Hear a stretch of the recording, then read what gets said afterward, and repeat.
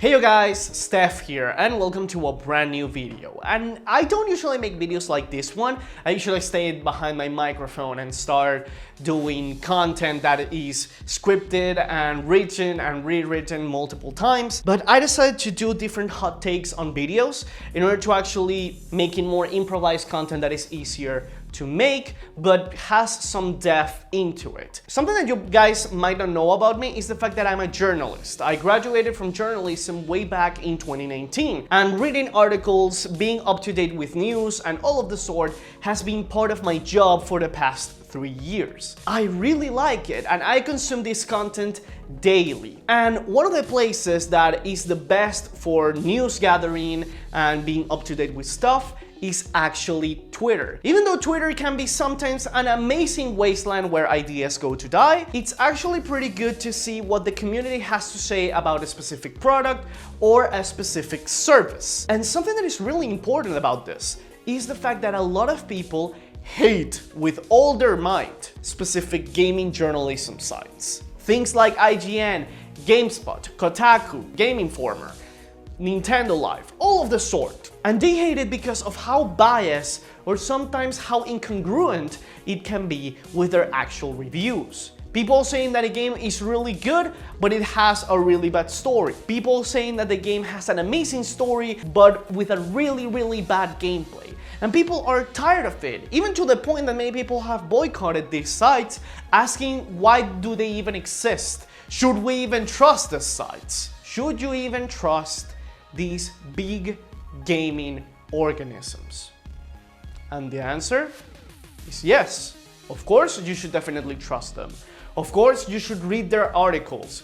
Of course, you should listen to what they have to say, but not in the way that you're thinking. Let me explain. As part of researching, you should never go to one specific source to base your whole argument for you to buy a game or not. Because in research, you should always see what other people have to say before doing a decision like spending your hard-earned cash into a game. But why do they even do it? Why are they so important to the market? Well, it's because you have to look at them to which is their audience. Who are the people that actually go to IGN to actually make the decision for them to buy a game or not? Children and people that are not really avid gamers. People that just want to go into one site, see the trailers of the game, see what the reviewer has to say, whether the game is good or not, whether the game is worth or not the buy, and then they just go and buy it. And that's perfectly fine, because if you think about it, the casual side of the gaming industry is huge. It's really big.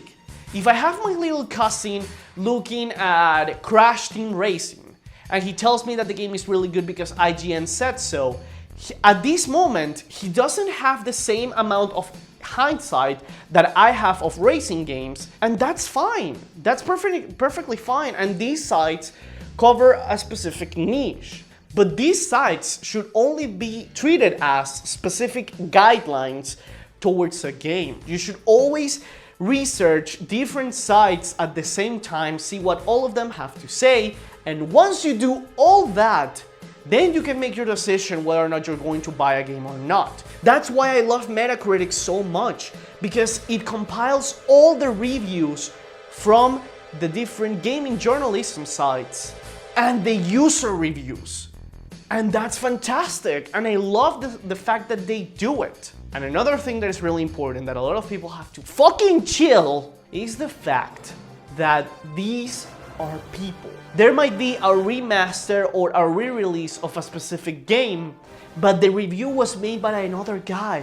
Not everyone is the same, not every site is the same. That's something that you need to understand, that a lot of people tend to look over. Many people don't care about it. They think that all the gaming reviews are done by the same guy on IGN, Mr. IGN, that is sitting on a computer playing video games all day and writing shitty reviews every night. That's not how it works.